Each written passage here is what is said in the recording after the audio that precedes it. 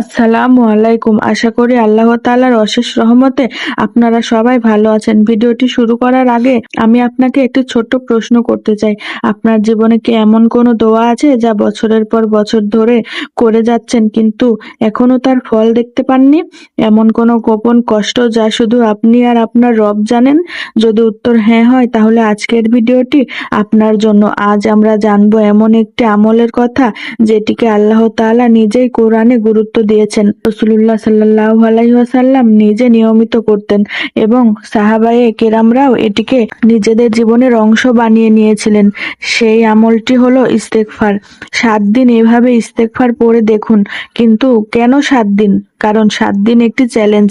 আপনি টানা ৭ দিন এই সময়ে আন্তরিকভাবে আল্লাহর কাছে ক্ষমা চাইবেন, ইস্তেগফার করবেন, নিজের গুনাহের জন্য কান্না করবেন, তারপর মন খুলে দোয়া করবেন। এরপর নিজের হৃদয়ের পরিবর্তন নিজেই অনুভব করবেন। ইনশাআল্লাহ আল্লাহ তাআলা মুত্তাকিদের পরিচয় দিতে গিয়ে বলেন, আর তারা রাতের শেষ প্রহরে ক্ষমা প্রার্থনা করত। এটি প্রমাণ করে যে রাতের শেষ অংশে আল্লাহর কাছে ক্ষমা চাওয়া একজন নেককার বান্দার অন্যতম বৈশিষ্ট্য। আর একটি আয়াতে আল্লাহ তাআলা বলেন, তোমরা তোমাদের প্রতিপালকের কাছে ক্ষমা প্রার্থনা করো, তারপর তার দিকে ফিরে আসো। তিনি তোমাদের উপর প্রচুর বৃষ্টি বর্ষণ করবেন এবং তোমাদের শক্তির উপর আরো শক্তি বৃদ্ধি করবেন। এই আয়াত আমাদের শেখায় ইস্তেগফার কেবল গুনাহ মাফের জন্যই নয়, এটি আল্লাহর রহমত, বরকত ও কল্যাণ লাভেরও একটি গুরুত্বপূর্ণ মাধ্যম। অনেকেই ভাবেন ইস্তেগফার তো গুনাহগার মানুষের জন্য, কিন্তু যার আগের ও পরের সব গুনাহ আল্লাহ ক্ষমা করে দিয়েছেন সেই রাসূলুল্লাহ সাল্লাল্লাহু আলাইহি ওয়াসাল্লামই প্রতিদিন অসংখ্যবার ইস্তেগফার করতেন। রাসূলুল্লাহ সাল্লাল্লাহু আলাইহি ওয়াসাল্লাম বলেছেন, আল্লাহর শপথ, আমি প্রতিদিন আল্লাহর কাছে ৭০ বারেরও বেশি ইস্তেগফার করি এবং তওবা করি। যদি আল্লাহর সবচেয়ে প্রিয় বান্দা এত বেশি ইস্তেগফার করেন তাহলে আমাদের কত বেশি করা উচিত? আচ্ছা, আপনার সাথে কি কখনো এমন হয়েছে রাতের শেষ ভাগে হঠাৎ আপনার ঘুম ভেঙে গেছে, ঘড়ির দিকে তাকিয়ে দেখলেন ২টা কিংবা ৩টা বাজে, এক মুহূর্তের জন্য মনে হলো আজ তাহাজ্জুদ পড়ি, কিন্তু পরের মুহূর্তেই আবার ঘুমিয়ে পড়লেন। সকালে ঘুম থেকে উঠে আফসোস করছেন, ইস যদি একটু উঠে নামাজটা পড়তাম। এমন অভিজ্ঞতা আমাদের অনেকেরই হয়েছে। কিন্তু জানেন কি, এ বিষয়ে রাসূলুল্লাহ সাল্লাল্লাহু আলাইহি ওয়াসাল্লাম বলেছেন, একটি গুরুত্বপূর্ণ শিক্ষা দিয়েছেন। আবু হুরায়রা রাদিয়াল্লাহু তাআলা আনহু থেকে বর্ণিত, রাসূলুল্লাহ সাল্লাল্লাহু আলাইহি ওয়াসাল্লাম বলেছেন, তোমাদের কেউ যখন ঘুমিয়ে পড়ে তখন শয়তান তার মাথার পেছনে ৩টি গিঁট দেয়। প্রতিটি গিঁটের সময় সে বলে, এখনো অনেক রাত বাকি, ঘুমিয়ে থাকো। এরপর সে জেগে আল্লাহকে স্মরণ করলে একটি গিঁট খুলে যায়, ওযু করলে আরেকটি গিঁট খুলে যায়, আর নামাজ পড়লে সব গিঁট খুলে যায়। সুবহানাল্লাহ, কত সুন্দর শিক্ষা! তাই যদি কোনোদিন রাতের শেষ ভাগে আপনার ঘুম ভেঙে যায় তাহলে এটিকে শুধু একটি কাকতালীয় ঘটনা মনে করবেন না, বরং ভাবুন, হয়তো আল্লাহ আমাকে তার দরবারে দাঁড়ানোর একটি সুযোগ দিয়েছেন। যদি উঠতে কষ্ট হয় তাহলে কি করবেন? আমরা মানুষ, প্রতিদিন একই রকম শক্তি থাকে না, কখনো শরীর ক্লান্ত থাকে, কখনো মন দুর্বল হয়ে যায়। তাই যদি একদিন খুব কষ্টও হয়, অন্তত বিছানায় শুয়ে শুয়ে বলুন আস্তাগফিরুল্লাহ অথবা আস্তাগফিরুল্লাহ ওয়া আতুবু ইলাইহি। তারপর চেষ্টা করুন ধীরে ধীরে উঠে বসতে, ওযু করুন, মুখে একটু পানি দিন, দেখবেন আল্লাহ চাইলে শরীরের অলসতা অনেকটাই কেটে যাবে।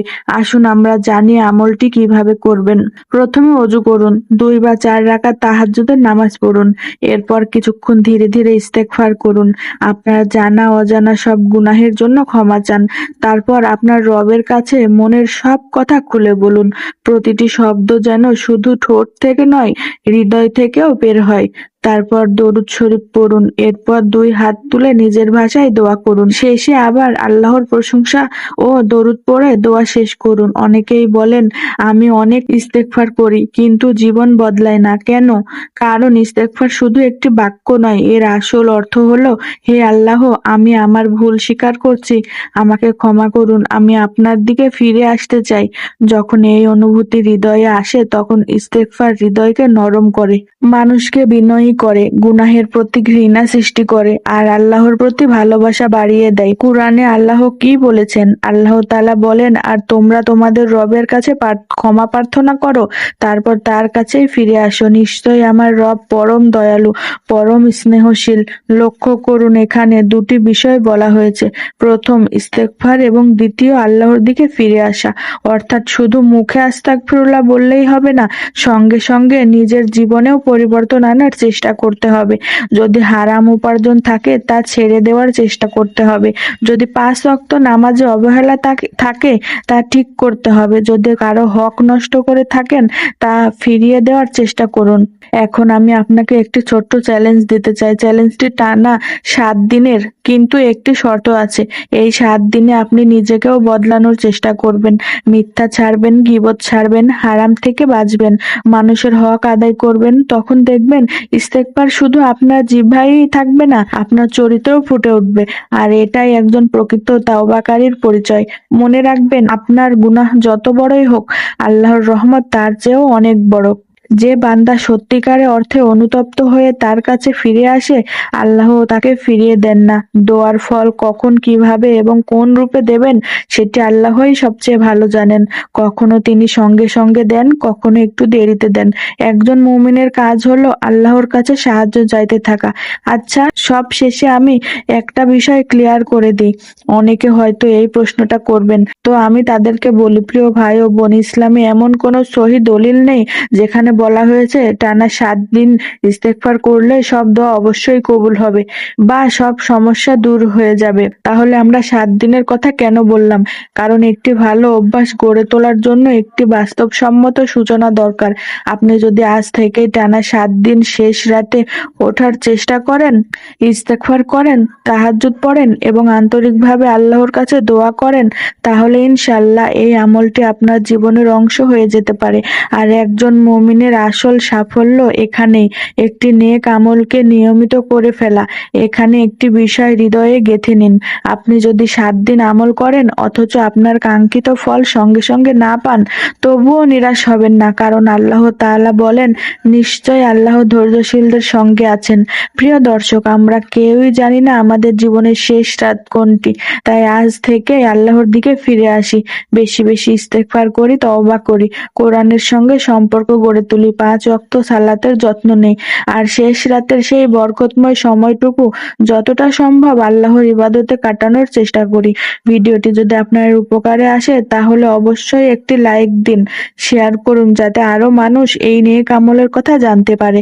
আর যদি এখনো আমাদের চ্যানেলটি সাবস্ক্রাইব না করে থাকেন তাহলে সাবস্ক্রাইব করে পাশে থাকা বেল আইকনটি অন করে রাখুন, যেন এমন ইসলামিক ভিডিও ছাড়লেই সবার আগে আপনার কাছে পৌঁছায়। আজ এই পর্যন্তই, আবার অন্য কোনো ভিডিওতে দেখা হবে।